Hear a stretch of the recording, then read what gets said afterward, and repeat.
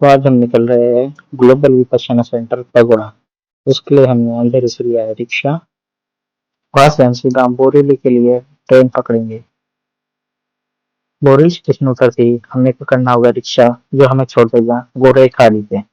जहाँ से हमें टिकट निकाल के जहाज लेना होगा जो हमें छोड़ेगा पगोड़ा विपश्यना सेंटर।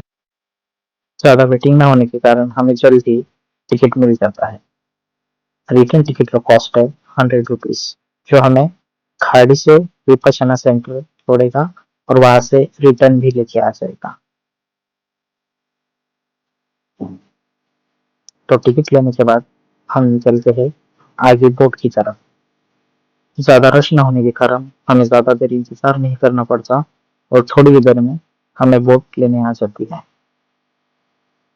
बोट में एंटर करते ही हमें दिखती है दूसरी बोट, जिसमें लोग अपनी गाड़ियां एंटर कर रहे थे, जो उन्हें उस पार लेके जाएगी।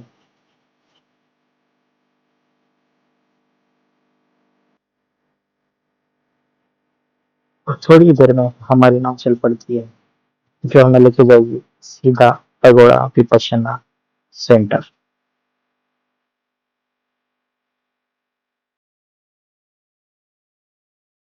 और लगभग 15 से 20 मिनट बोट में सफर करने के बाद हम सीधा पहुंच जाते हैं पगोड़ा विपश्यना सेंटर।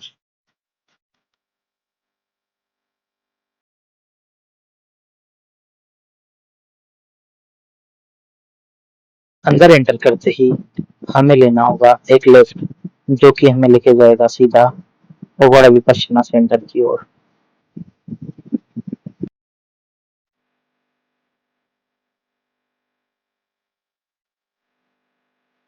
द्वार से प्रवेश करने के बाद आप एक विस्तृत बाग में प्रवेश करेंगे। यह बाग बड़े पैमाने पर योजनाबद्ध तरीके से तैयार किया गया है, जिसमें खूबसूरत पथ और रास्ते, हरे भरे लॉन और विभिन्न प्रकार के पेड़ पौधे शामिल हैं। यहाँ के रास्ते आपको बाकी सभी कोनों तक पहुंचने की सुविधा प्रदान करते हैं और हर मोड़ पर आपको प्रकृति की नई छटा देखने को मिलती है।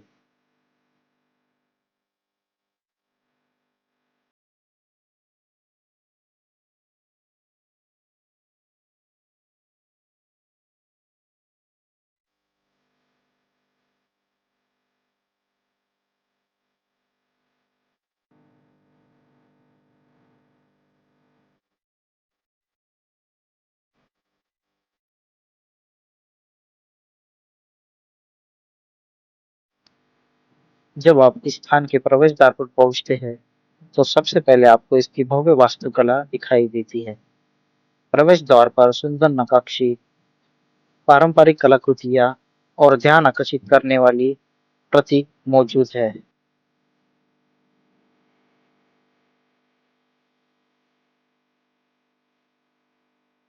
पगोड़ा का निर्माण 11 वर्षों 2002 से 2009 में पूरा हुआ था।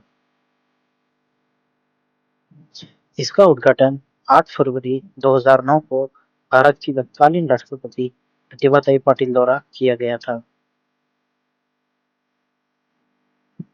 यह पगोड़ा सयाजी युबाकिन को समर्पित है, जो विपश्यना ध्यान को फैलाने में प्रमुख थे।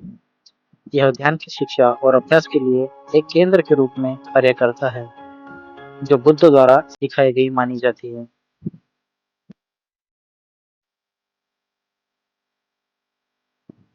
पगोड़ा में दुनिया के सबसे बड़े पत्थर के गुंबदों में से एक है, जिसकी ऊंचाई 96 मीटर्स लगभग 315 फीट है। यह बुद्ध के शिक्षाओं की शुद्धता का प्रतीक है।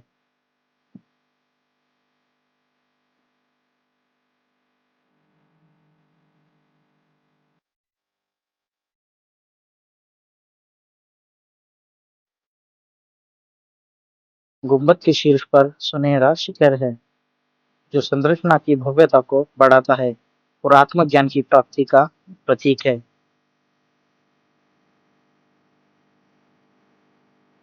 यहाँ एक बड़ी कांस्य घंटी है, जिसे ध्यान सत्र की शुरुआत का संकेत देने के लिए बजाया जाता है।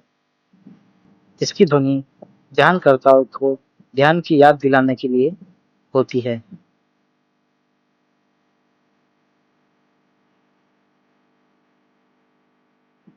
यहाँ एक सूचना केंद्र और गैलरी भी है जो बुद्ध के जीवन और विपश्यना के इतिहास के बारे में जानकारी प्रदान करती है।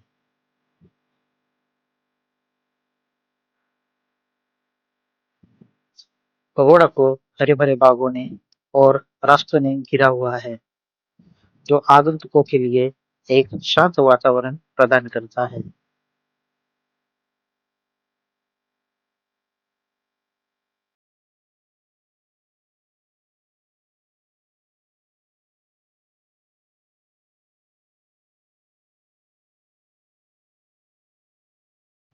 इसका डिजाइन म्यांमार के श्वेडागोन पगोड़ा से प्रेरित है, लेकिन इसे भारतीय वास्तुकला परंपराओं के अनुसार अनुकूलित किया गया है।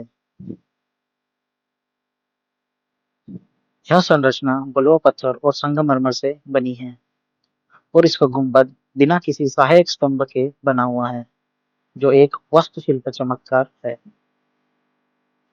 डिजाइन को बौद्ध वास्तुकला और ध्यान के विशेषज्ञों द्वारा अनुमोदित किया गया था। निर्माण का कार्य पारंपरिक तकनीकों के अनुभव वाले इंजीनियरों और कारीगरों द्वारा किया गया। अशोक चक्र 24 तीरों वाला एक पहिया है जो बौद्ध धर्म में धर्म के चिरंतन पहिए का प्रतीक है। 24 तीलियां जीवन के 24 गुणों का प्रतिनिधित्व करती है। आकाश देवी, आकाश देवता, आकाश माता, आकाश राजेश्वरी और आकाश योगी ये सभी मूर्तियां आकाश तत्व विभिन्न रूपों का प्रतिनिधित्व करती है। यह मूर्तियां ध्यान और साधना के दौरान भक्तों को आकाशीय शक्तियों से जोड़ने का माध्यम होती है। गुम्बद के अंदर एक विशाल ध्यान हॉल है जिसमें लगभग 8,000 लोग बैठ सकते हैं। इस हॉल का उपयोग विपश्यना ध्यान के लिए किया जाता है।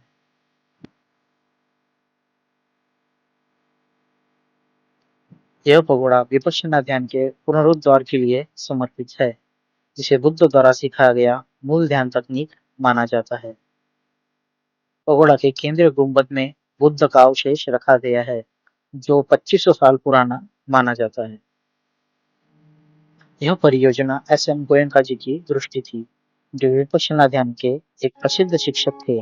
उन्होंने विश्व भर में विपश्यना को बढ़ावा देने में महत्वपूर्ण भूमिका निभाई। दरवाजों पर जटिल नक्काशी, जाली का काम या सांस्कृतिक महत्व वाले प्रतीकात्मक रूपकांकों जैसे ड्राइगन, कमल के फूल या पारंपरिक पैटर्न हैं।